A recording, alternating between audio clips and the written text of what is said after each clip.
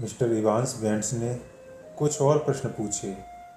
ये योग से जुड़े थे। वे जानना चाहते थे कि क्या योगासन करने का आसन बनाने के लिए बाघ व हिरण आदि जानवरों का वध करना उचित था। महर्षि ने कहा, मन ही वह बाघ या हिरण है। भक्त, यदि सब कुछ माया है तो क्या एक व्यक्ति किसी के प्राण ले सकता है। महर्षि, यह माया किसके लिए है, आपको इसका पता लगाना है। दरअसल हर कोई अपने जीवन के प्रत्येक क्षण में आत्मा का हत्यारा है। भक्त, कौन सा आसन श्रेष्ठ है। महर्षि, कोई भी आसन ठीक है। सुखासन भी ठीक माना जा सकता है, परंतु ज्ञान के पथ में ये सब मायने नहीं रखते। भक्त, क्या आसन प्रवृत्ति को दर्शाता है। महर्षि, हाँ। भक्त, एक आसन के तौर पर बाघ चर्म, हिरण चर्म या ऊनी आसन के क्या गुण होते हैं। महर्षि, कई लोगों ने इसका पता लगाया है और इसे योग की पुस्तकों में स्थान दिया है। वे चुंबकत्व के सुचालक और कुचालक आदि की बात करते हैं, परंतु ज्ञान के पथ पर इन बातों का कोई महत्व नहीं है।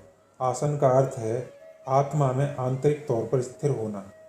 भक्त, ध्यान के लिए सबसे उपयुक्त समय कौन सा है। महर्षि, समय क्या है। भक्त, आप बताएं कि समय क्या है। महर्षि, समय केवल एक विचार है। हमारे पास केवल सत्य है। आप जो सोचते हैं वह प्रकट हो जाता है। अगर आप समय कहें तो यह समय है, अगर आप अस्तित्व कहें तो यह अस्तित्व है, और इसी तरह समय कहने के बाद आप इसे दिन और रात में विभाजित कर देते हैं, फिर सालों, महीनों और घंटों में बांट देते हैं। ज्ञान के पथ पर इसका कोई मोल नहीं, परंतु आरंभिक साधकों के लिए कुछ नियम और अनुशासन होना ठीक है। भक्त प्रश्न करता है, क्या महर्षि यूरोपीय लोगों के लिए किसी खास आसन की सिफारिश करते हैं।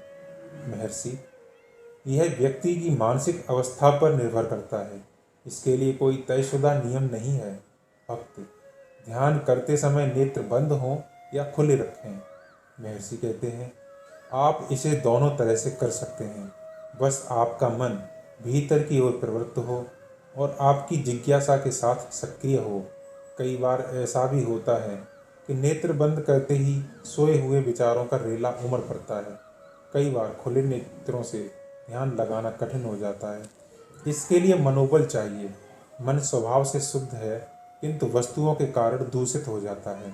इसे अन्य बातों की बाहरी छाप से दूर रखते हुए अनुसंधान में लगाए रखना चाहिए। हालांकि अगले अध्याय में इस बारे में बताया जाएगा।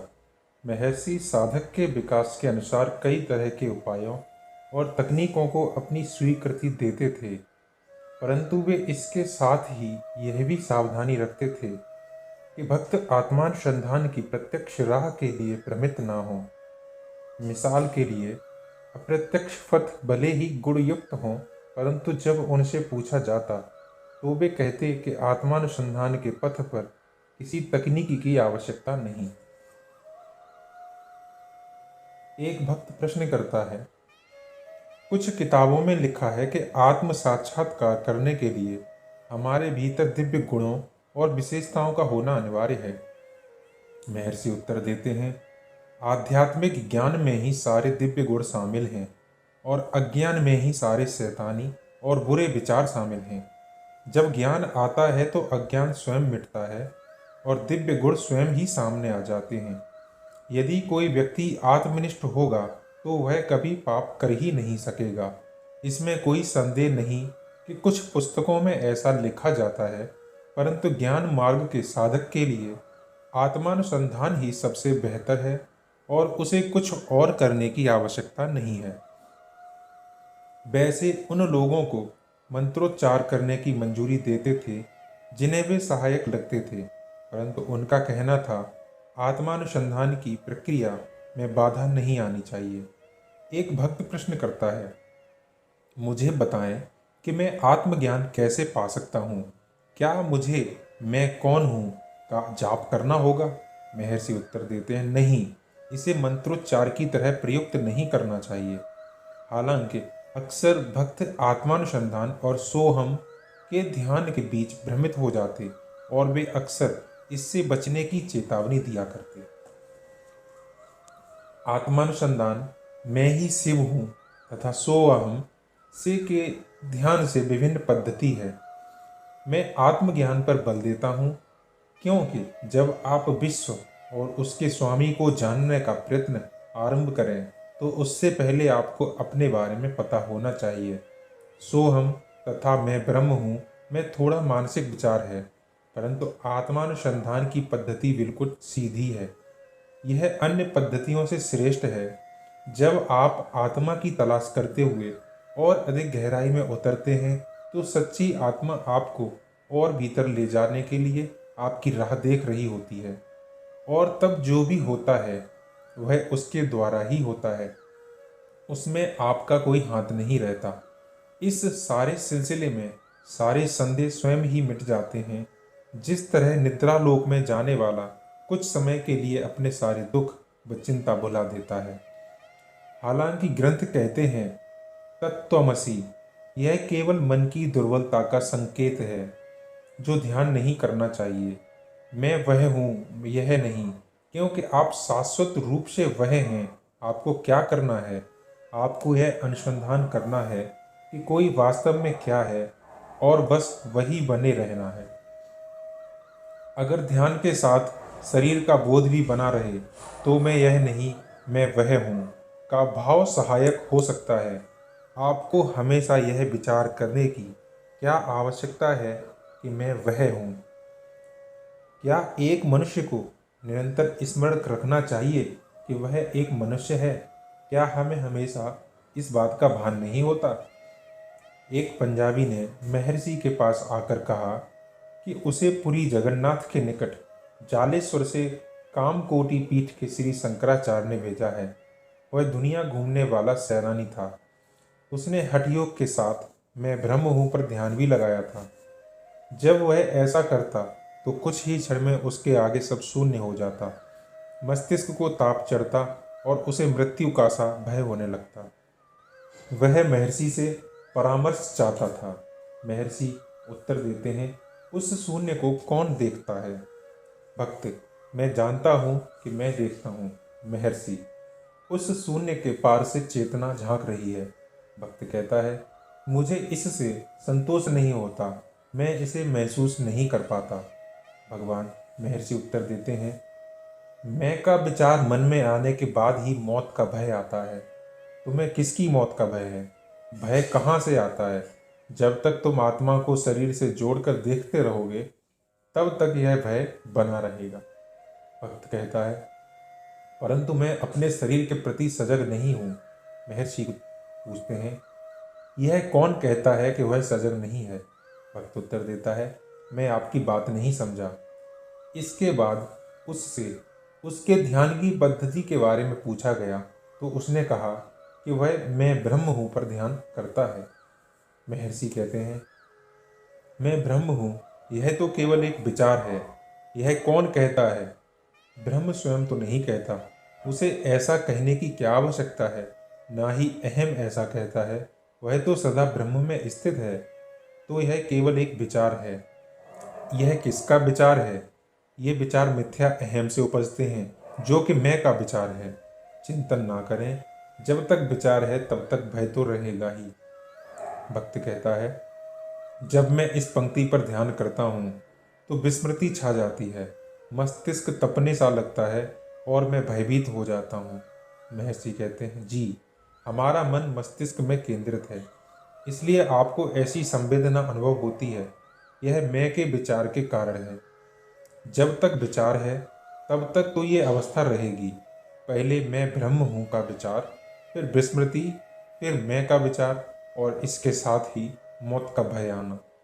इसका अनुसंधान करें और यह किसी छाया की तरह विलीन हो जाएगा। इसके बाद जो बचेगा वह परम सत्य होगा, वही आत्मा है।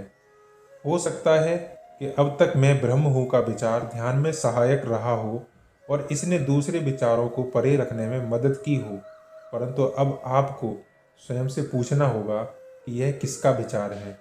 आपको पता चलेगा कि यह मैं से आ रहा है, परंतु ये मैं का विचार कहाँ से आता है, इसका अन्वेषण करें और ये ओझल हो जाएगा। स्वयं परम आत्मा प्रकाशित हो उठेगी। इसके बाद किसी अन्य प्रयत्न की आवश्यकता नहीं होगी। जब केवल सत्य अहम शेष रहता है तो उसे कहने की आवश्यकता नहीं होती, मैं ब्रह्म हूँ। क्या एक इंसान लगातार यह कहता है, मैं इंसान हूँ, जब तक उसे यह चुनौती नहीं दी जाती कि उसे स्वयं को एक इंसान कहना चाहिए? अगर वह स्वयं को इंसान नहीं कहेगा तो क्या कोई उसे इसी वजह से जानवर समझ लेगा और उसे कहना होगा, नहीं, मैं कोई जानवर नहीं बल्कि एक मनुष्य हूँ। ठीक इसी तरह ब्रह्म या मैं को चुनौती देने के लिए कोई नहीं है। इसलिए बार बार यह दोहराने की जरूरत नहीं कि मैं ब्रह्म हूँ। इस पूरे अध्याय में आत्मानुसंधान को एक आध्यात्मिक अभ्यास या ध्यान के तौर पर लिया गया है, जिसे कुछ निश्चित अंतरालों पर दोहराना चाहिए। यह सब कुछ ऐसे ही आरंभ होता है। जहाँ तक प्रयत्न की बात है, ध्यान का ऐसा गहन समय सहायक होता है, परंतु इसे ही पर्याप्त नहीं माना जा सकता। इस ध्यान के दौरान जो आत्म सजगता अनुभव होती है, उसे दूसरे समय में भी विकसित किया जाना चाहिए, ताकि दूसरे कामों के बीच यह सतत धारा बनी रहे। इसे और अधिक निरंतर करना ही हमारा लक्ष्य है। इसी सिलसिले में श्री महर्षि ने तीसरे अध्याय में कहा था कि संसार में रहते हुए ही आध्यात्मिक जिज्ञासा की पूर्ति हो सकती है और उसके लिए किसी आश्रम में जाने की आवश्यकता नहीं है। एक भक्त प्रश्न करता है, क्या मन को सबल बनाने के लिए किसी प्रकार के ध्यान अनिवार्य है? महर्षि उत्तर देते हैं, अगर आप हमेशा इस विचार को अपने आगे रखते हैं तो ये आपका काम नहीं है। पहले आपको इसे याद दिलाने का जतन करना होगा और फिर यह आपके लिए सजग व निरंतर होता जाएगा। काम अपने आप होगा और आपके भीतर अबाधित शांति बनी रहेगी। ध्यान आपका सच्चा स्वभाव है। आप इसे ध्यान कहते हैं क्योंकि दूसरे विचार आपको परेशान करते रहते हैं। जब ये विचार हटा दिए जाते हैं तो आप केवल अकेले रह जाते हैं। वही विचारों से रहित ध्यान की अवस्था है और वही आपका सत्य स्वभाव है, जिसे आप दूसरे विचारों को परे रखते हुए पाने का प्रयत्न कर रहे हैं। इस समय उन विचारों को परे करना ही ध्यान कहलाता है। परंतु जब यह अभ्यास दृढ़ हो जाता है तो सच्चा स्वभाव स्वयं को सच्चे ध्यान के तौर पर दर्शाता है। पिछले अध्याय में दिए गए कारण के आधार पर एक गुरु आध्यात्मिक साधना या ध्यान की तकनीकी केवल उन्हीं साधकों को सौंपता है जो उसके लिए उपयुक्त हों और उन्हें निजी तौर पर उसकी दीक्षा दी जाती है। महर्षि जिस आत्मानुसंधान की शिक्षा देते हैं उसके लिए ऐसी कोई सावधानी रखने की आवश्यकता नहीं है। एक व्यक्ति की अपनी समझ उसके लिए इस पद्धति के द्वार खोलती है और उसकी समझ की कमी ही इसे बंद कर देती है। एक भक्त प्रश्न करता है, क्या मैं इस बात के लिए आश्वस्त हो सकता हूँ कि महर्षि की पुस्तकों में जो लिखा है उसकी तुलना में आध्यात्मिक अभ्यास के लिए कुछ भी और सीखना शेष नहीं है? इसलिए मैंने ऐसा पूछा क्योंकि कुछ अन्य परंपराओं में गुरु थोड़ा रहस्य बनाए रखते हैं ताकि उसे दीक्षा के समय खोला जा सके। महर्षि उत्तर देते हैं, आपको किताबों में जो लिखा मिलेगा उससे अधिक कुछ भी जानने की जरूरत नहीं है। कोई भी गुप्त तकनीकी नहीं है। इस तंत्र में सब कुछ एक खुले हुए राज की तरह है। इस अध्याय को समाप्त करने से पूर्व कुछ नियमों को देना आवश्यक होगा। ये नियम तो हैं किंतु इन्हें अनिवार्य नहीं कहा जा सकता। नियमित अंतराल से सुबह शाम ध्यान करना चाहिए।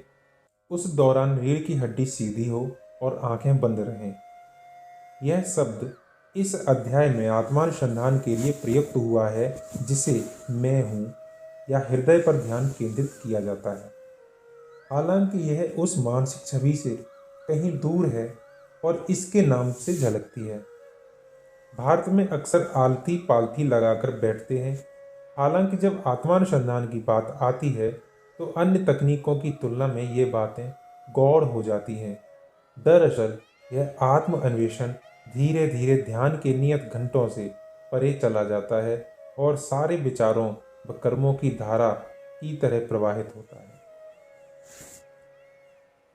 अंत में मैं आप सभी दर्शक गणों से एक निवेदन करना चाहूँगा कि यदि इस चैनल पे दिखाए जाने वाले और सुनाए जाने वाले संतों के प्रवचन और वीडियो अगर आपको अच्छे लगते हैं तो आप इनको अधिक से अधिक शेयर करें और हमें अपना समर्थन देकर हमारे चैनल को सपोर्ट करें और चैनल को सब्सक्राइब करना ना भूलें।